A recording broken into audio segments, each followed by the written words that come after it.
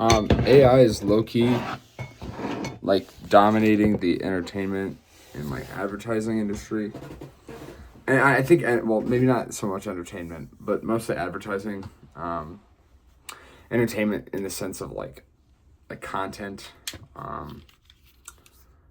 online content like Reels, YouTube, any of your like content creator things.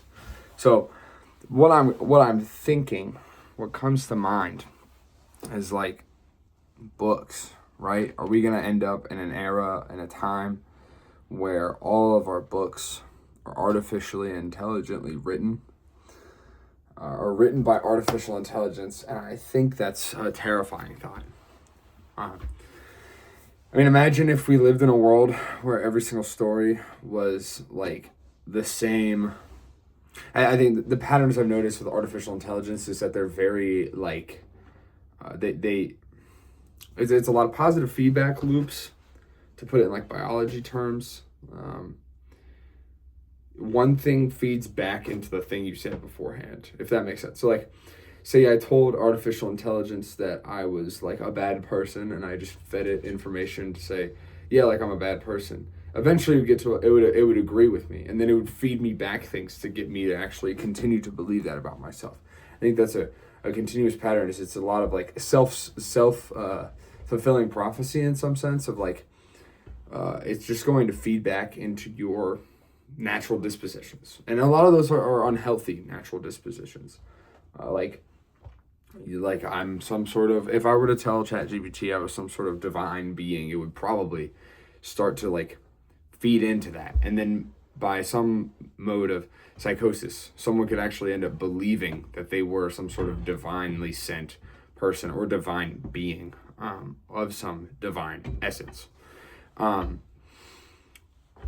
If ChatGPT became the author of every piece of literature from say the year 2040 onwards, and great classics like The Grapes of Wrath, East of Eden, The Count of Monte Cristo, Don Quixote, for just to name a few, faded out of the modern spectacle, faded out of popularity, I think we'd be in real danger, because it's all going to be the same monotonous voice with no personality, where it's all going to say that we're great, we have no problems, good for us, and the story might be captivating. There's going to be a lot of those dashes that no one ever actually uses, and that's a telltale sign that you used AI, apparently. But I think in the midst of all of this pessimistic, overtone about artificial intelligence ruining our consumption, none of it will ever fully replace great fiction. And I think what's going to happen is that by some miracle from God, we're going to start pushing back. And there's some crazy people out there. I don't say crazy to like really diss them. I just think some of their ideas are a little ridiculous. We think that artificial intelligence is fully the future and everything needs to be automated. And I think, not only do I think it's lazy to try to streamline everything so much, but I also think that it really removes the human element from everything. And I think that's what's going to really cause the pushback. I earlier mentioned 2 John Steinbeck books. I am currently in the process of reading East of Eden. I read the first 100 pages of The Grapes of Wrath, and I enjoyed what I read, but this was really just calling out to me. I don't know why. I just really wanted to read it. I've only heard great things, and so I decided to put a pause on Grapes of Wrath, read East of Eden. And all 3 of the Steinbeck, I've also read the entirety of Mice and Men, very short book, read in one sitting, brought me to tears. all three of these books have a very similar vibe when it comes to the type of people that Steinbeck focuses on, which is going to be the displaced working class of the Depression era, like Midwestern and then California area, like that group of people. Migrant workers who are American people, worked on farms. Farms get sold. They can't live on them anymore. Big banks, big companies own these farms now, and the companies can't afford to pay them to live there and work the field anymore. So they have to go be migrant workers. East of Eden is a little different. It takes place in the same sort of like very farmland heavy landscape. I don't think it's very migrant worker heavy yet. I'm only 45 pages in, however, so maybe I'm wrong. There's 600 pages in this book. But the point I'm getting at is that all of these things are rooted deeply in a personal experience that John Steinbeck had, like growing up in the Salinas Valley in California. He saw these things. He experienced these things, and it inspired his writing. The type of people he wrote about was rooted in his personal life experiences. ChatGPT, OpenAI, however you want to put it, Gemini, Siri, none of them can ever have actual experiences. I'm in a class in my university right now where we talk about it's a class about what it means to live a good life, or what is the best lived life possible. And we read this short story. I forgot who wrote it, but it was about this thing called the experience machine, where essentially a human being could enter it for as long as they wanted to, and they could experience anything, but they never actually did it.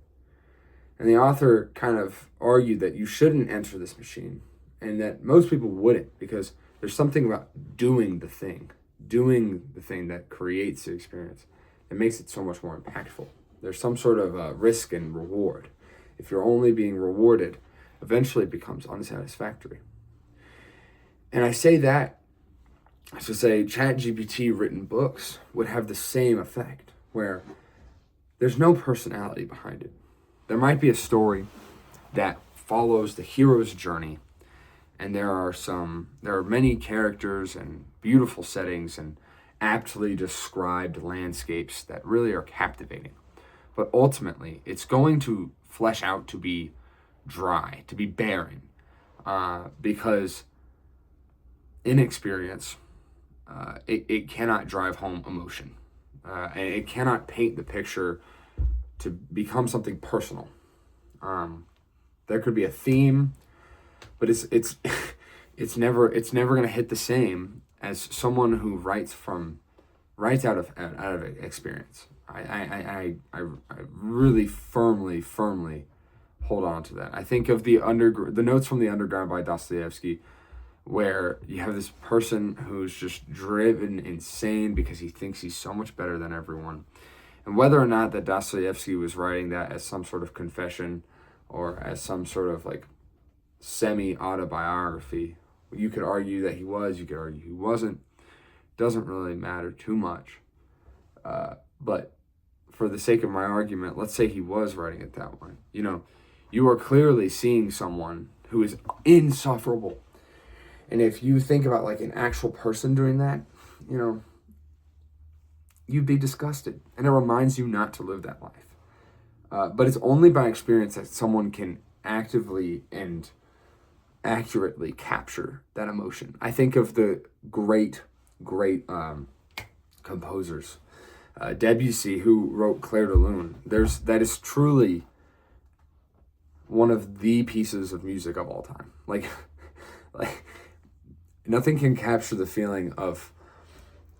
It feels like I'm witnessing my wife pass away. I'm not married, but it feels like I've grown old, and I'm remembering all of these wonderful memories of me and my wife when we were in our youth, and she's on her deathbed, and I remember all these things as I watch her pass away, and as the notes cascade up and down through the low up to the high. I'm remembering this beautiful relationship I had with my wife that's also fading away. And I have to reconcile with this very melancholic moment. Melancholic isn't a good enough word. This very dramatic scene of my wife passing away, while also remembering all the incredible moments of like love and joy that I had to experience with another human being. Clair de Lune was inspired by a poem, and I don't remember what the contents of that poem were. I just know the poem was of the same title. But whether or not that was Debussy's intention, the emotion that he expresses paints a picture for me and shows me a story that only someone could communicate if they've experienced something that's driven them through a plethora of emotions. And I'm very optimistic about all this ultimately because there's been a really awesome pushback.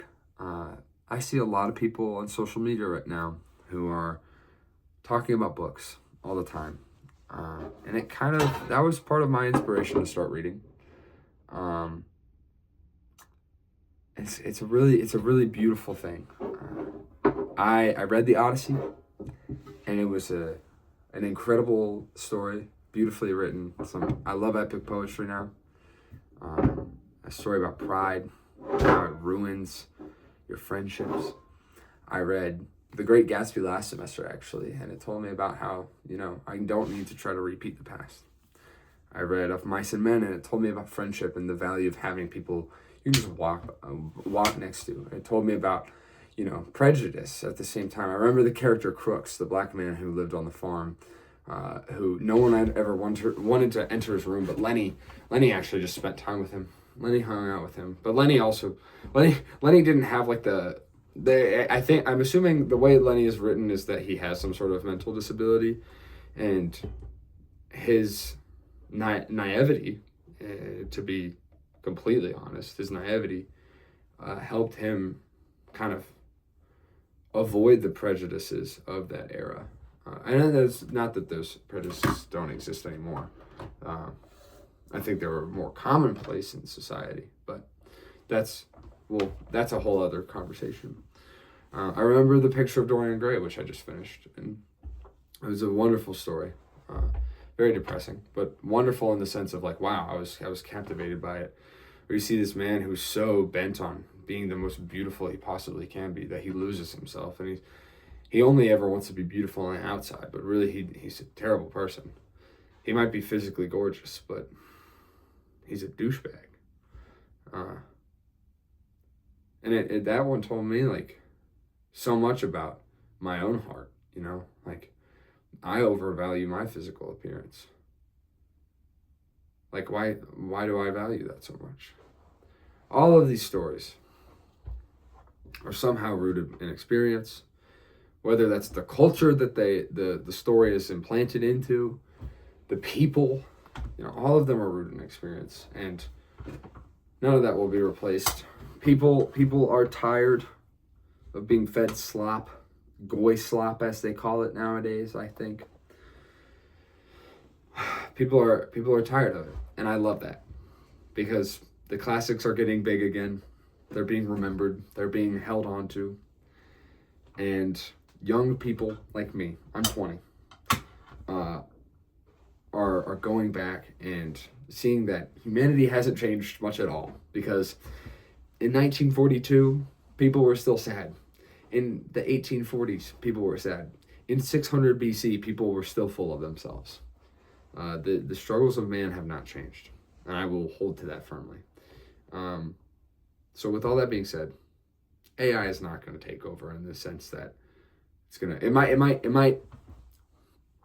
be potent for a while in the field of content, because people are going to get lazy. But there's going to be a resurgence of people who create meaningful art, who paint beautiful, beautiful portraits of people, who capture the beautiful sight of a mountainside.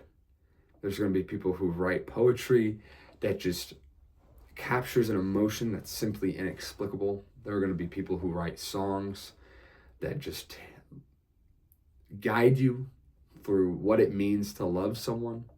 And there are going to be people who write excellent dramatic novels detailing the lives of two families who intersect and their fates as they kind of beef, much like East of Eden. So, with all that being said, don't give up hope. AI is not going to take over because we have reason. We have reason. Human beings, we are rational creatures, and we value each other. We are social creatures, and we want to hear about what other people have to say, other people's lives. That's why we read. So don't give up hope.